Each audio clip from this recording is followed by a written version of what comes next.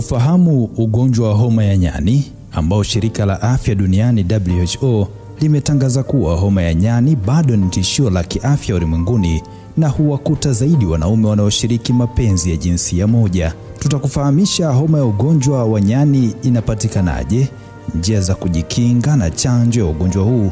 Mimi ni Mohamed bin Yusuf. Shirika la afya ulimwenguni WHO limetahadharisha kwamba maradhi ya homa ya nyani bado ni tishio kwa afya kote ulimwenguni bila kujali mipaka, huku likieleza wasiwasi wake kwa kuangazia hasa mlipuko wa aina mpya na mbaya zaidi wa virusi vya homa ya nyani huko Jamhuri ya Kidemokrasia ya Kongo.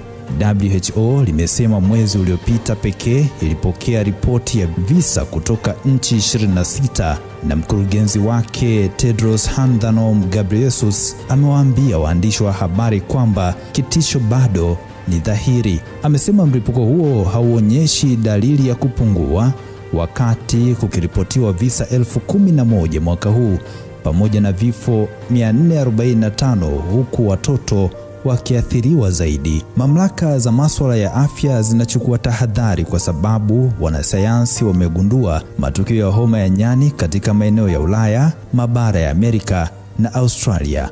Mamlaka zina wasiwasi kwa sababu homa ya nyani ni nadra kutokea nje ya nchi za Afrika ya Kati na Magharibi. Kufikia tarehe 23 Julai 2022, shirika la afya duniani WHO lilitangaza mlipuko wa sasa wa homa ya nyani kuwa ni dharura ya afya ya umma duniani. Wakati tukiandika makala hii, visa 32,000 vilikuwa vimetambuliwa katika nchi ambazo kwa kawaida homa ya nyani haienei, na angalau watu 4 wamekufa kutokana na mlipuko wa ugonjwa huu. Visa vingi vinavyohusishwa na mlipuko wa ugonjwa huu vimetokea kwa wanaume wanaoshiriki tendo la kujamiiana na wanaume wenzao.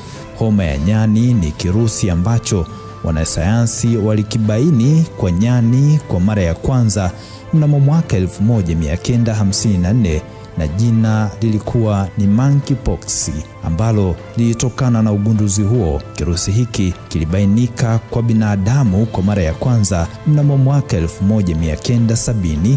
Ugonjwa wa homa ya nyani unatoka kwenye familia moja na kirusi kinachofanana na kama kile cha ugonjwa wa ndui smallpox, lakini hakisababishi ugonjwa hatari sana kama ilivyo kile kinachosababisha ugonjwa wa homa ya nyani ndui. Wakati tukiandika makala hii, WHO iko katika mchakato wa kufafanua majina mapya ya kirusi cha homa ya nyani na aina zake. Kuna aina 2 za homa ya nyani. Clade 1 zamani kilifahamika kama aina ya bonde la Kongo, na Clade 2 zamani ilifahamika kama aina ya Afrika Magharibi. Uchunguzi wa kipimo cha PCR unaonyesha kuwa mlipuko wa homa umesababishwa na Clade 11 ambayo huwa na dalili zisizo kali zaidi kuliko Clade 1. Kwa watu walio wengi, homa ya nyani sio ugonjwa wenye kuhatarisha maisha, lakini unaweza kusababisha dalili kali, kuvuruga maisha ya kila siku, na unaweza kuhusishwa na unyanyapaa wa kijamii. Homa ya nyani kwa kawaida husababisha homa na vipele vyenye muonekano usio wa kawaida, lakini dalili nyingine ni pamoja na maumivu ya kichwa, maumivu ya mgongo, maumivu ya misuli, kuvimba kwa tezi. Vipele vya homa ya nyani kwa kawaida hujitokeza usoni, mikononi na miguuni, ingawa vinaweza pia kuathiri sehemu nyingine za mwili. Hatimaye vipele hugeuka vigaga na kuisha. Wanawake wajawazito, watoto na watu wenye kinga mwili dhaifu wanaweza kuwa katika hatari kubwa zaidi ya kupata dalili kali za ugonjwa huu. Kuna chanjo ya ugonjwa wa ndui ambayo inaweza kuwa na ufanisi wa hadi 85% katika kuzuia homa ya nyani. Pia kuna dawa za kuzuia virusi ambazo zinaweza kuwa na mafanikio dhidi ya ugonjwa wa homa ya nyani. Hata hivyo, kwa watu wengi waliopata maambukizi hawahitaji matibabu, kwani ugonjwa huu huisha wenyewe ndani ya wiki 2.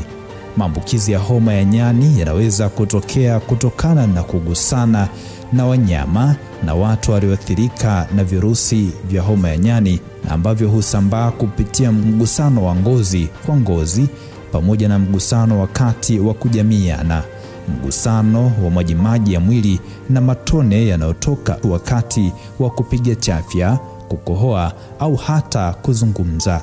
Ingawa mlipuko wa sasa unaathiri zaidi wanaume wanaoshiriki tendo la kujamiiana na wanaume wenzao, ugonjwa wa homa ya nyani kama ugonjwa unaoambukizwa kwa njia ya kujamiiana STD. Kuongezeka kwa idadi ya visa vya homa ya nyani kunawezekana kuwa kunatokana na kuisha kwa chanjo ya ugonjwa wa ndui duniani na kuisha kwa ugonjwa wa ndui duniani kote, chanjo zilizotumika mnamo mwaka 1980.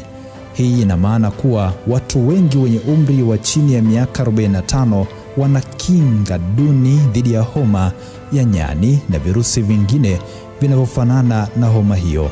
Mtu yoyote anaweza kuambukizwa ugonjwa wa homa ya nyani na kuambukiza wengine. Njia bora zaidi ya kujikinga binafsi na kuwakinga wengine ni kufanya yafuatayo: kukaa nyumbani na kuwasiliana na daktari ikiwa unaonyesha dalili za ugonjwa huu, kuepuka kugusana ngozi kwa ngozi na mtu yeyote ambaye ana dalili za ugonjwa huu, kuvaa barakoa ikiwa unaongea kwa karibu na mtu aliye na dalili za ugonjwa huu, kuosha mikono yako mara kwa mara, kusafisha vitu na sehemu zake ambazo huguswa mara kwa mara. Na huu ndio undani unaopaswa kujua kuhusu homa ya ugonjwa wa nyani. Share kwa ndugu, jamaa na marafiki ili wachukue tahadhari zaidi. Hii ni VOT Media. Mwandaaji na msimuliaji ni mimi Mohamed bin Yusuf. Usisahau kusubscribe, kulike na kutufollow ili uwe wa kwanza kupata makala za afya, makala za kijamii pamoja na zingine nyingi ambazo zitafungua ubongo wako. Asante na kwaheri kwa sasa. VOT Media, tumechangamka.